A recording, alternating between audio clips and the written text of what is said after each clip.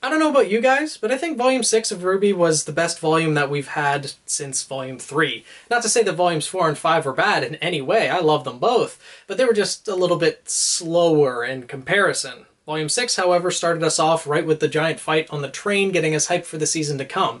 Then goes right into Salem and Ozpin's backstory, delving into light and darkness, and then goes into the apathy, making us wonder all about what other types of Grimm exist in the world of Remnant, and what other abilities they could have. And then we get to Argus and get a throwback to Volume 3. Seeing that statue of Pyrrha brings back all of the emotions that we had from Volume 3 and the fall of Beacon. Yeah, the finale of Volume 6 left a little bit to be desired with, the mech fight kind of dragging on and not really being anything too eventful. And then the final boss of the overall volume, the Leviathan, pretty much just showing up and dying without really posing much of a threat in the first place. So yeah, that left a little bit to be desired, but overall, Volume 6 was extremely well done, including the fight with Adam, although people do have some, shall we say, mixed opinions on it. But with how well Volume 6 was done, that is making me look forward to Volume 7 even more. Because that's the volume where we're headed to Atlas. Something that everyone has high expectations for, as it's been kind of hyped up throughout the volumes so far with, of course, Weiss. Upon her introduction and her gaining popularity throughout the volume so far, everyone has wanted to know what her home country and hometown is like. And now that we're headed there, we are going to get a lot of that. So Rooster Teeth is going to have to do pretty darn well to meet our expectations. But with the way that Volume 6 left off, it looks like it is going to reach our expectations. At least, it seems that way. Now, what exactly can we expect from Volume 7? Well, first and foremost, with the way that Volume 6 was left off, Ironwood's army is poised above the city, ready and waiting for battle. Salem's army looks like it's poised and ready to meet them there. So there's going to be a battle on probably a larger scale than anything we have seen so far in the RWBY series. I think it's probably going to take place about mid-Volume 7, as I think it'd be a bit poor writing to push it all the way to the finale or to Volume 8, as it looked like both armies were ready to meet each other already.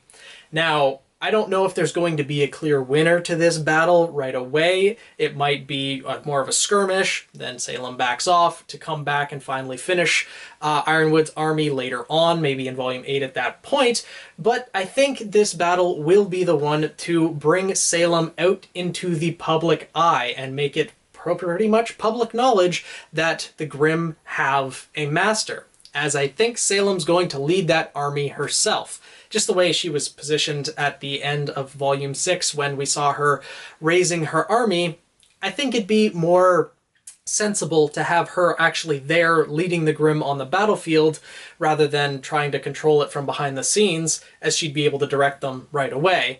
And that would also pose a lot more of a threat. Tyrion and Watts have already been sent ahead to do some, shall we say, sabotaging, so we'll see how that all ends up going. I don't know how much of Ironwood's army is actually going to be mechanical at this point, because we saw how well that went in Volume 3, most likely due to Watts's interference, since he's a disgraced Atlesian scientist, probably was able to crack the code and take control of the entire army. Plus, also with the public, one of the last things that they saw on the Global Communications Network being Ironwood soldiers attacking the innocent and the civilians. I don't know how much public funding or public appreciation for Ironwood's army still remains, so it might just be all personnel, which will make it a lot easier to prevent them from being taken control of. So that's going to be interesting to see how that battle turns out. Now, first and foremost, when Team RWBY gets to Atlas, we're probably going to see a bit of the city, which I'm really looking forward to see. All of the technology that's going to be there, probably the most high-tech place that we will have seen in RWBY so far as well. And likely they're going to head straight to the Academy to try to meet with Ironwood. So of course we're probably going to see Ironwood again this volume. He wasn't looking too great when we saw him back in Volume 4. But, we'll see how he's doing, how he's holding up, if he's, cleaned the stubble and the scruff up and maybe gotten a little bit more back to how he used to be, all poised and ready for battle. Maybe not as overconfident, but I'm guessing this is when Ozpin's going to make his reappearance to try to explain himself, as Crow is going to need to explain to Ironwood what happened with Lionheart, what happened with Ozpin's backstory, everything like that, and maybe Ozpin will have a chance to defend himself at this point, because he didn't have that chance in Volume 7. And if we're headed to the Academy, we might also see some familiar faces, as we saw in Volume 3 two students of Atlas Academy, Neon Cat and Flint Cole. Two students who definitely don't really fit to the military code, but were interesting characters in and of themselves. So I'm really looking forward to seeing them again, because at the end of their battle, Neon actually, Neon and Yang got along, Flint and Weiss got along, so I wouldn't be surprised if we saw them again and see exactly what's happening in Atlas, now that they've closed their borders, have things gotten more strict for the students, and things of that sort.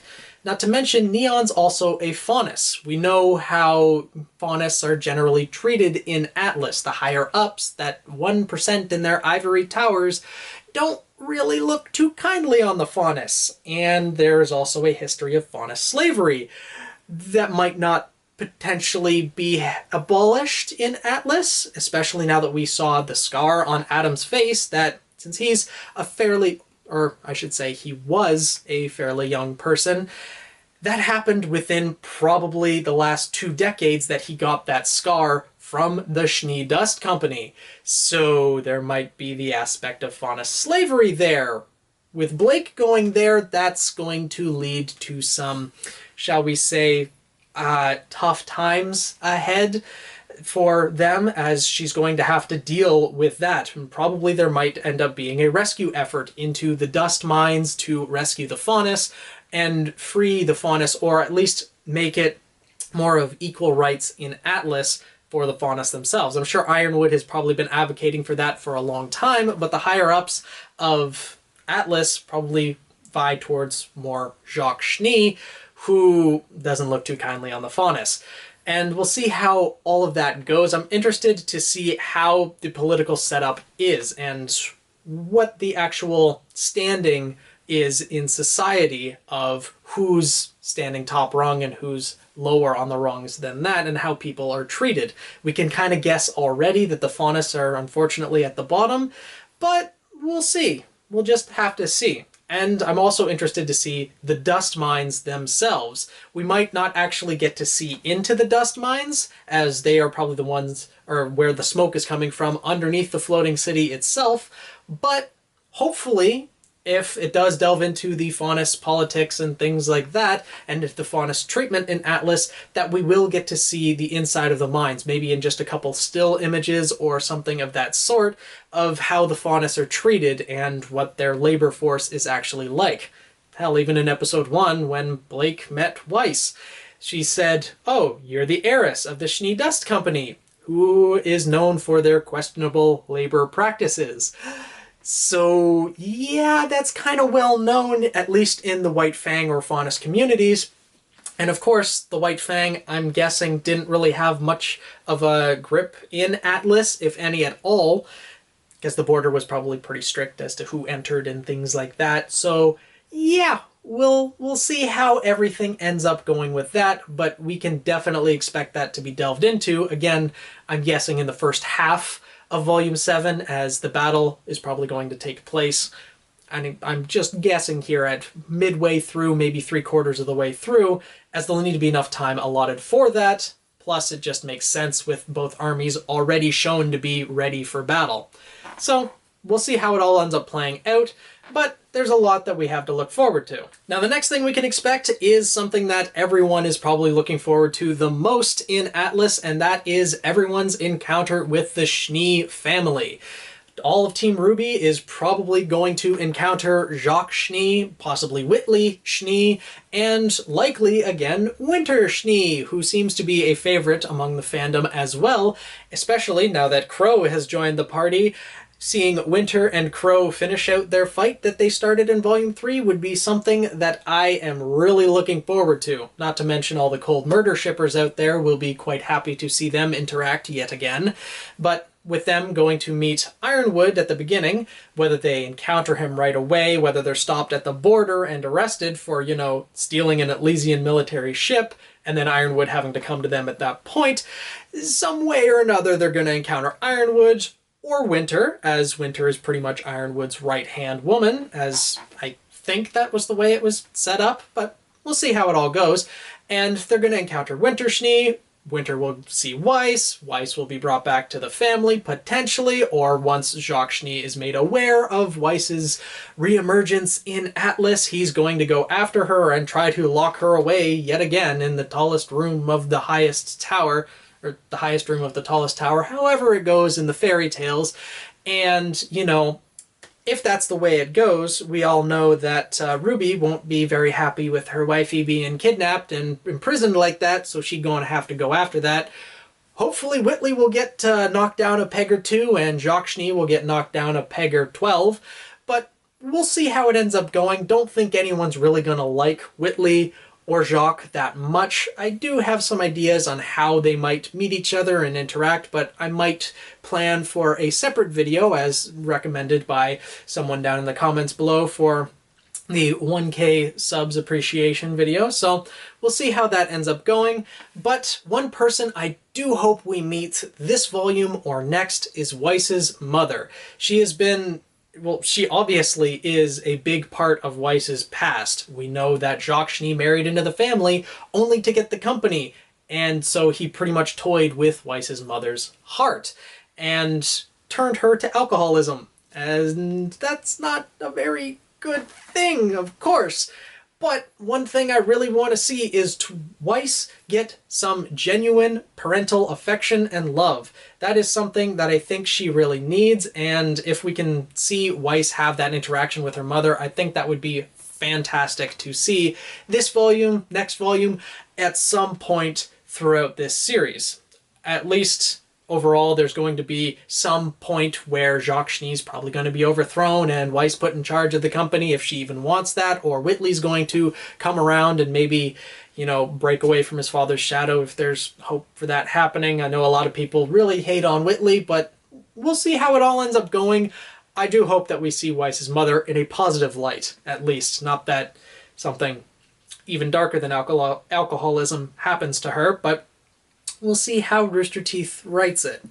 Now, one thing that also, in my opinion, needs to happen this volume, and it should happen episode 1, episode 2, somewhere right at the beginning, is with Blake and Yang dealing with Adam's death. Not that Yang was really all that attached to Adam, but throughout Volume 6, she was still having the tremors and everything, the flashbacks of Adam. The fear was still in her, and if she hasn't gotten over that fear, I know that technically she conquered her fear by defeating Adam himself, but there's still that little aspect. But more importantly, and to the point, Blake and Yang have now killed someone.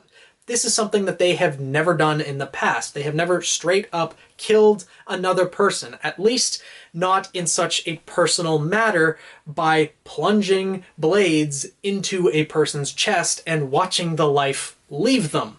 Well, I know technically he was still alive as he fell over the waterfall, but still, I'm sure you guys get my point. This is something that they are going to have to deal with, especially Blake, because as we saw, after the fight, she was distraught. She couldn't hold her weapon anymore. She dropped down and was crying, sobbing uncontrollably. This is Adam, someone who is a big part of her past that she just killed.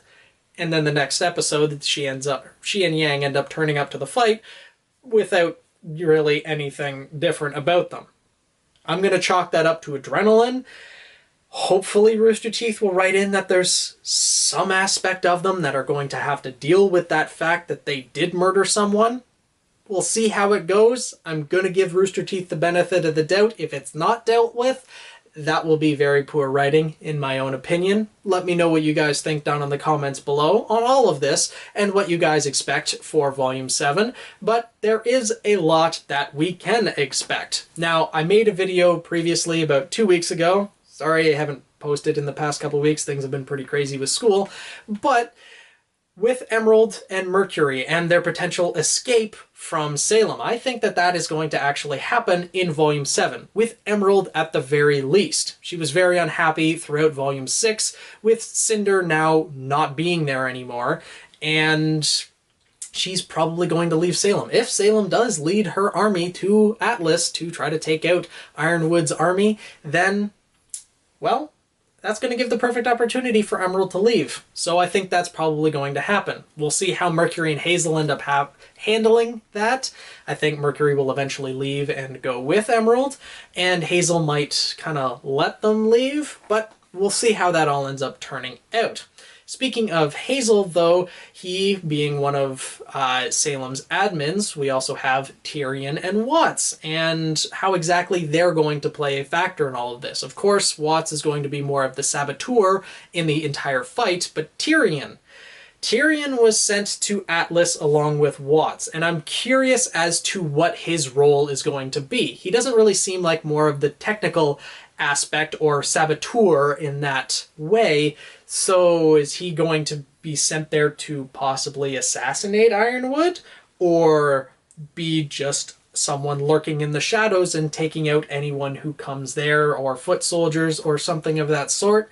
I'm curious as to what Tyrion is going to be doing, but I'm glad that Tyrion is going to be back, because Volume 4 was made by Tyrion, in my opinion. That fight in the middle of the season, seeing Tyrion fight, was fantastic, and I'm looking forward to seeing that happen again. Now, also, we have Cinder and Neo coming to Atlas. So we'll see how much we actually get of them, because they're headed there separately than everyone else. They might land at a completely different location and not actually make contact with anyone until the finale of Volume 7. That I'm not sure when it's going to happen. I expect it to happen in Volume 7, but we'll have to see. They have their new outfits and are geared up and prepared for battle. You know, Atlas is kind of north, though, and they are wearing less actual clothing in their new outfits than they were before, so I wouldn't be surprised if we see another outfit change the second they get to Atlas. We'll see what happens with that, but I think Neo is eventually going to leave Cinder at some point. Whether it's this volume or the next, probably going to end up leaving Cinder, as their goals really don't align. Cinder just wants to kill RWBY, and once Neo realizes that RWBY really didn't have anything to do with Torchwick's death, which I hope didn't actually happen, and I hope Torchwick returns at some point. Don't think it would be Atlas. No idea why that would be the case, but I think Neo's going to leave Cinder. A little roundabout way of getting to that, but I think that's going to happen. I'm looking forward to seeing them more in Volume 7, Volume 8, whenever they end up actually having a majority of screen time, but we'll see what ends up happening, and I'm really, really looking forward to all of the previously mentioned things in Volume 7 itself. Now, there is one more thing that I kind of expect to happen in maybe not Volume 7 necessarily, if Volume 7 would probably be near the finale, or Volume 8, but I do expect to happen at some point in the series, and I know a lot of people are not going to be happy about me saying this, but the death of Maria Calavera. I honestly don't see her surviving to the end of the series, and I kind of see her dying in the next volume or two, whether she's sacrificing herself to help the team get away or something along those lines. Maybe Salem will target her specifically because she was a silver-eyed warrior who did kill one of her admins in the past, at least if it was confirmed that the Tick-Tock Croc was one of Salem's admins at one point, but the Grim Reaper was a thorn in Salem's side and did have a target on her back for a while, so I think Salem might even want to just get rid of her at that point. But more to the point, Maria's role in the group has pretty much been fulfilled. Her role throughout Volume 6 was to teach RWBY the ways of the Silver Eyes, and that's pretty much been completed. Initially, she helped RWBY use the Silver Eyes against the Apathy, and then told her everything about the Silver Eyes that she knew, and pretty much left it off with, you're going to have to do it yourself. It's pretty much a trial by fire, and you're going to have to do it. Leading up to the finale where RWBY did. She was able to activate the Silver Eyes of her own accord. Yeah, she didn't turn the Leviathan entirely to stone, but she was able to activate it enough to freeze the Leviathan temporarily. So in that sense, there's not really anything more that Maria can teach Ruby. The other role that Maria had in the group was as Crow's role model, as the Grim Reaper, and that pretty much came to a conclusion in my mind with the finale of Volume 6 as well, when Maria kind of gave Crow that attaboy and got him to put down the flask. Whether that was a symbol of Crow actually giving up his drinking, I'm not exactly sure, but I know that was a note of fulfillment for Crow. Having his idol tell him, "You did well," is something that pretty much tells him that he can move past his dark history and that his past has been cursed because he has been with Ozpin and everything he has done has been wrong. No, he has enough power in his own right that he can stop cursing his own fate and he can do well on his own. He has people to support him. He has people that he needs to support. Then he can move past everything. And that role has now been fulfilled, at least I think. So Maria herself, she doesn't really seem to be that much of a fighter. If she still has the mobility, I mean, her semblance is reflexes, as she calls it, so she could still be able to move around and fight like the Grim Reaper. If that's the case, then by all means, I hope she survives, and I hope we get to see fight scenes like that. But I honestly think, even if that's the case, that Maria's gonna go down at some point. I love her character, don't get me wrong, and I wish she could stay around, but from a writing perspective, I do see Maria ending up dying, whether it's sacrificing herself or Salem targeting her specifically. I see Maria dying potentially even as soon as the finale of Volume 7. But with that happy note, let me know what you guys think down in the comments below, what you guys expect for Volume 7, what you are hyped about most. I mean, it's Atlas, there's a lot to be hyped about. The Academy, the battle that's going to come, the dust mines, the Schnee family.